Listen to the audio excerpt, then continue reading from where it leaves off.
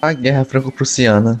Esse foi um evento muito marcante na unificação alemã, pois foi nessa guerra onde surgiu o Império Alemão. Mas você sabe por que ela ocorreu? Bem, para entendermos o que foi a Guerra Franco-Prussiana, eu vou explicar como foi a unificação. Eu fiz um short no canal explicando, porém vou dar uma resumida.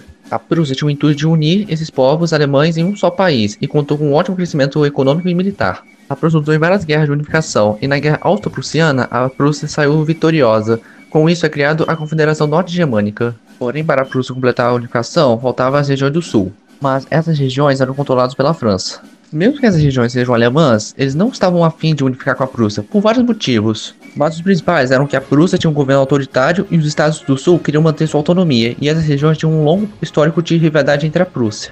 Ou seja, se caso a Prússia tentasse tomar essas regiões à força, além de começar uma guerra contra a França, muitas dessas regiões alemãs se uniriam à França para derrotar a Prússia. E Bismarck tinha o intuito de unir esses povos em uma causa nacional para que eles pudessem fazer uma união e derrotar seu inimigo em comum.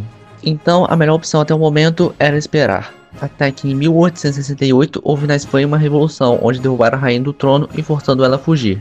Porém, eles ficaram sem um rei para comandar o país, e eles procuraram um novo, e o nome para assumir o trono foi Leopold de Hohenzollern, da casa de Hohenzollern, que era a mesma da Prússia. Só que a França recusou a candidatura de Leopoldo, pois temia uma aliança entre a Prússia e a Espanha que deixaria a França cercada, e eles respeitaram essa ordem. Porém, Napoleão III mandou um embaixador para conversar com Guilherme I, que estava de férias em Ams.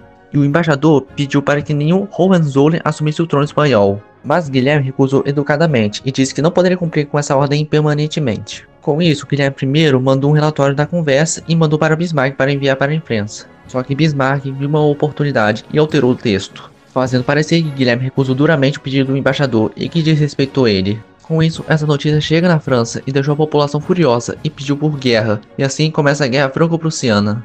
Com a declaração de guerra vinda da França, os estados do sul temeram o perigo de uma ocupação francesa nesses territórios, assim se aliam à Prússia. Na guerra, os franceses começaram invadindo a Prússia, mas tiveram que recuar por causa da boa logística do exército prussiano, que mesmo com diversas bases, eles ainda humilharam os franceses, tanto que capturaram Napoleão III na Batalha de Sedan e a Terceira República foi instaurada.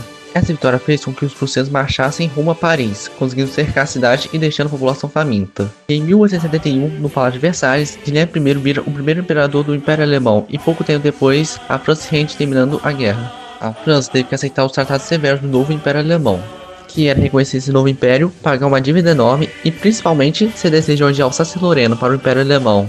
No mesmo ano, ocorreu uma revolta socialista na França, chamada de Comuna de Paris, mas foi contida. Por causa dessa humilhação toda, teve um alto sentimento de revanchismo na França, que seria crucial para uma grande guerra no futuro.